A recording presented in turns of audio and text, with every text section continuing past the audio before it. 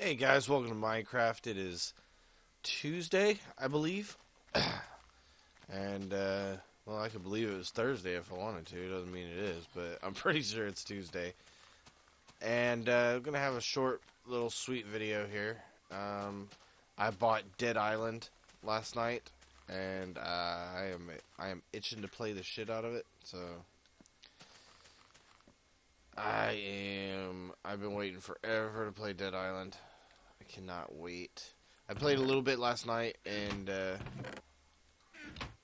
was digging it. It was pretty cool. It was like I don't know, for those of you who haven't played it, I would describe it as like Left 4 Dead meets like a Fallout or like an Elder Scrolls type RPG where you can level up and all that good stuff.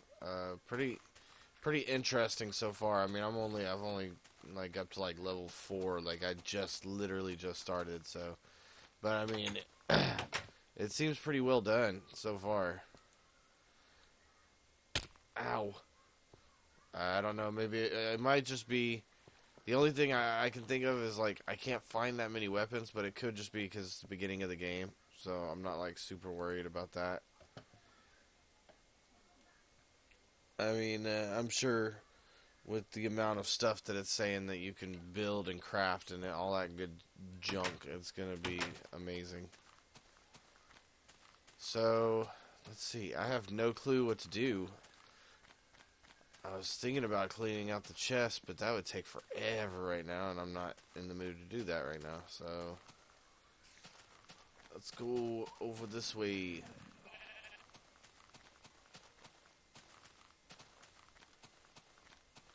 You know, I got a map, don't I?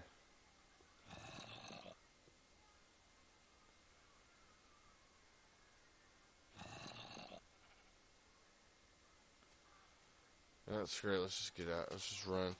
Let's just go explore. Wait, that way it goes towards... I want to go this direction. Yeah.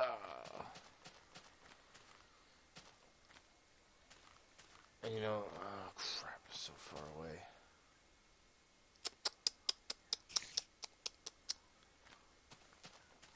I really don't want to take all this crap with me in case I die. Alright, normally I wouldn't do this, but I don't want to take all this crap with me and I don't want to have to go home.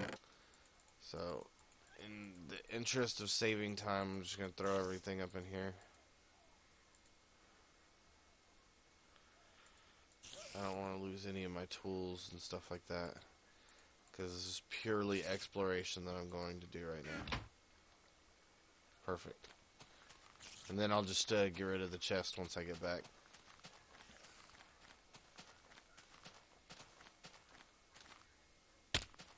Ow. So, I was reading some news type stuff, and in one of those, God, man, I'm like losing my train of thought here, but you guys have probably seen it, the weird but true type news crap, where it's like, oh, this is weird but true, which is why it's called weird but true news. But you guys know what I'm talking about, like, like dog meows like a cat and stuff, like just weird stories like that. But under that heading, there was a 95-year-old woman in China who was pronounced dead of like blunt trauma to the head. And I don't think it wasn't considered like foul play. I think she had just fallen or something. And but she had been pronounced dead. And it was like 6 days later. 6 days later, just in case you didn't hear me. And she was in a casket. They were getting ready to put her in the ground, and the family comes home from going out and buying groceries, doing whatever it is that Chinese families do in China during the daytime or whatever. And so they come home. God damn it, let me get up here. So they come home and apparently, probably literally got the scare of a lifetime because their dead grandma was in the kitchen cooking a meal. Turns out that doctor said, sorry, I was scratching my nose. Doctor said she had suffered from like fake death or false death or something, some weird shit like that, where she wasn't actually dead, but she, I guess, had all the signs of death. If that makes any sort of sense whatsoever.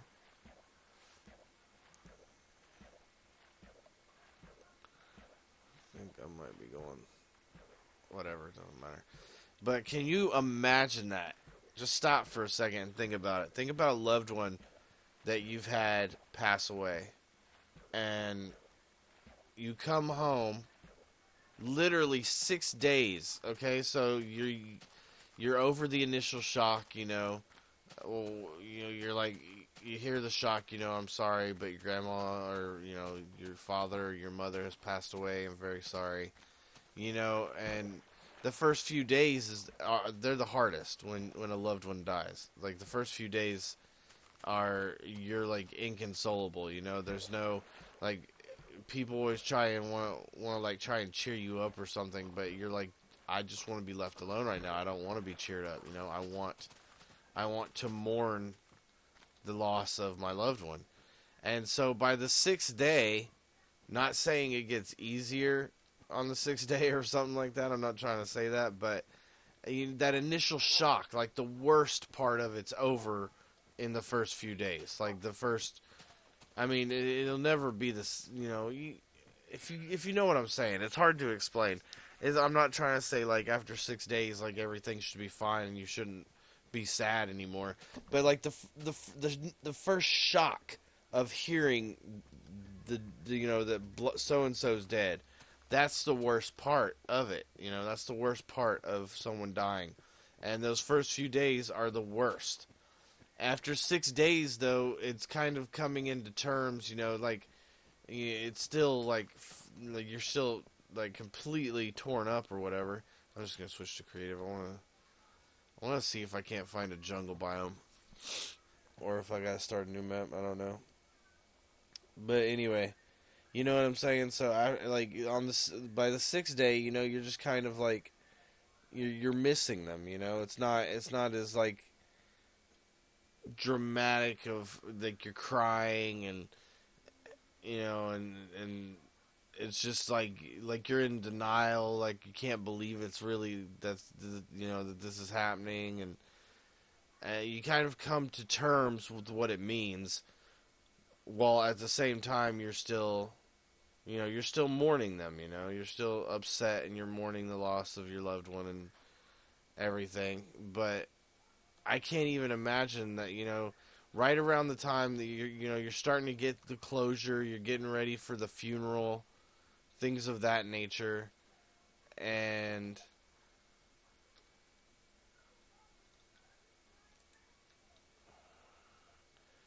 then, you know, you come home and there's your loved one, like sitting in your kitchen making a meal. Oh my god, dude!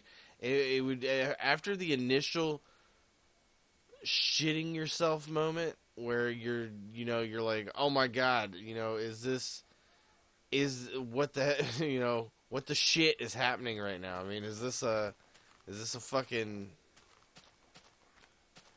zombie in my kitchen, like cooking up brains, or what the hell's going on? Like after that initial shock and coming to grips with the fact that your dead relative is not dead any longer, like wouldn't that be like the greatest feeling ever? Because I mean, how many of you out there who have lost a loved one haven't thought how great it would be to be able to see them again? Like me personally, when my stepdad passed away, like to this day, I still have dreams, like where he's alive, and like the dreams are so intricate about like how like his, you know he faked his death or something like that, you know, just weird shit like that. But I dream that he's alive, and that's like my brain's, way of being like, uh, you, you know what I'm saying, of like fulfilling that wish that he was still here. But I can't even imagine, like, if that really like happened. You know what I mean? Like, is this a jungle? Yep, yep, yep, yep. So I don't need to start a new map. There's jungle biomes. I just had to go very, very far to find one.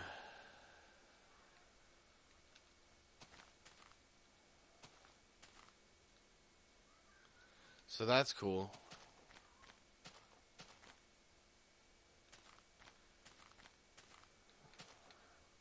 But this just like turned into a depressing episode. Talking about death and people dying, loved ones dying. But the point I was trying to get across was like, I, I don't even know what to say to something like that. You know what I mean? It's like that would have to be the greatest feeling ever. Like literally, that would have to be the greatest feeling ever. After having like the shittiest week possible, your grandma's died, and not even from natural causes. Your grandma has died from blunt force trauma to the head from a fall by an accident. I mean, you're just like, oh man, what I gotta plan a freaking funeral now, and I gotta do this, and I gotta do that, and I gotta do the other. And then, like, just to come home from all these preparations, and she's just alive and well, and like nothing. But I also, the other thing I wanted to bring up about it, sorry, I'm like jumping around here, but that would be an awesome feeling. But the other thing I wanted to bring up is, how the hell did she survive 6 days being dead? No food, no water. I thought you could only survive for like 3 days without water. The only thing I was able to come up with, like, and I'm no expert on how the body works or anything, so don't take it as such. But the only thing I could think is maybe because, whoa, there's like all these plants, or all these saplings just hanging out. What is that about? Okay, but the only thing I could think is maybe, do you think it had something to do with, since she was like in a coma, I guess is what that would be called. Perhaps since she was in a coma, like her body wasn't using as much, and so her body was actually able to like live off of what it had stored, maybe, or something of that nature. I mean, I know you can like survive like a certain amount of time without food, but I thought you could only survive like 3 days without water. I mean, that's the only thing I can think of is like, is since she wasn't expending any energy, that she, that's why her. Oh my God, hello creeper, bitch. Since her body wasn't using any energy or whatnot, blow up. Oh wow, that didn't even freaking hurt me. Regardless of what or why, it's an amazing story. And not just because, their loved one came back from the dead, but that's amazing that she survived that long. You know what I mean? Like, that's just craziness. She survived that long.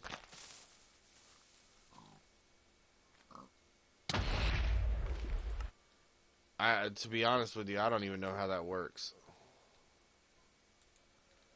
I have no earthly idea. And yes, I did just kill myself to bring myself back to here. So we'd be ready for next episode, because I didn't do much here. I just wanted to talk about this because I found it amazing. I mean, it was just this has been really kind of a downer episode, but I think you guys can agree that this is kind of amazing as far as, I mean, come on. Seriously, man, 6 days. 6 days without food or water, and like she just gets up out of her casket. Now, I've talked about what it was like for the family to come home and find their dead grandma cooking a meal in their kitchen. Now, imagine what it was like for the dead grandma to wake up in a casket. That's like number one on my list of fears, like for all time, is to wake up and to be like buried alive or in a freaking casket. That would be the most horrible feeling ever. Can you even like picture that for a second? Like, you just wake up and you feel like you just, just that was a good nap or that was a good sleep or whatever it is that's happening to you. And then freaking you realize, oh my God, I'm in an enclosed place. What's going on? And oh my God, what if they had sealed the casket? What if it was already sealed and she was like, she's 95, she can't get out of there. They would have never found her and she would have, dude, can you imagine how horrible this story could have ended up? I mean, this story could have ended bad. This story could have ended with, this story might not even have been a story because, I mean, if she had been in a sealed casket, they had sealed it up or whatever, unless she could be heard. I just broke my sword chopping this stupid shit up. Unless she could, like, make herself heard, you know what I mean? By, like, screaming out or, like, something. Like, she would have been, like, locked in there and then they would have just buried her. That's the most horrible thing I can think of. I would hate to be buried alive. That was actually Edgar Allan Poe's like worst fear as well, was to be buried alive, and I don't blame him one little bit.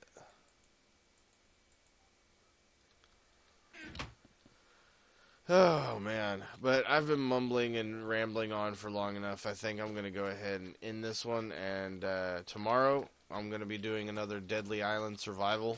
I hope you guys are digging that series because I'm really digging playing the map. Really, really cool idea for a map. Hopefully I'll have more energy. I know my last couple of commentaries have just been kind of like, oh, hey, what's up, guys? And just fucking me sounding dead. And I apologize for that, but my allergies have just been kicking my ass the past couple of weeks. So hopefully tomorrow I'll be a little bit more pumped, full of energy. I feel like I'm pumped full of energy today. I feel like even though this was kind of a downer commentary, it was still better than what I've been doing lately. So hopefully you guys agree and dig this. And let me know what you think. What would you do? And I'm not talking about how grateful you would be if you found your relative alive. I'm talking about that initial shock moment where you walk into your house and this dead relative is standing in your kitchen cooking dinner. Like, what would be your first reaction? And be honest. Don't be like, oh, I'd kick their ass for being zombies and stuff. Be honest. What would be your first reaction? Would it be fear? Would it be disbelief? Would it be a feeling that you're crazy? Like, what would it be? For me, if I was to walk into this house and see my stepfather just, like, cooking dinner like he used to, it's hard to say. Like, I think fear, to be honest with you, but not like fear of dying and that real fear. It'd be like the fear or the shock boo factor of seeing a ghost or hearing a voice that isn't there. You know what I mean? Like just that shock fear, that boo scare is what I call them. Like the movies do all the time, like horror movies, they give you those boo scares, like, it's like real dark and quiet, and then it's like, boo! Boo scare. So that's what I call them anyway.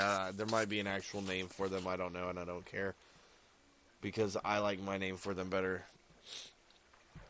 But, yeah, so, in the comments, let me know, what would you do? Like, and I'm not trying to be, like, insensitive to, your family dying. I'm just asking, because this is apparently an actual occurrence, because this lady was dead for 6 days, and she came back. So, I'm just asking, what would you think? Because I would like to try and get a grasp on what this family felt when they walked into their house, man, because that's insanity. I can't even imagine. I cannot even imagine. But I'm gonna end it here. If you dug this, you know what? If you think that this is a more energy packed commentary than I've done, and you're glad that I was able to work up the energy to do this, even though my allergies are starting to kick up right now. So I'm glad I got this done before that happened. You hear that? That's so gross, man. And it's like my every freaking day. My nose is clogged like this. It sucks. Let's go over here.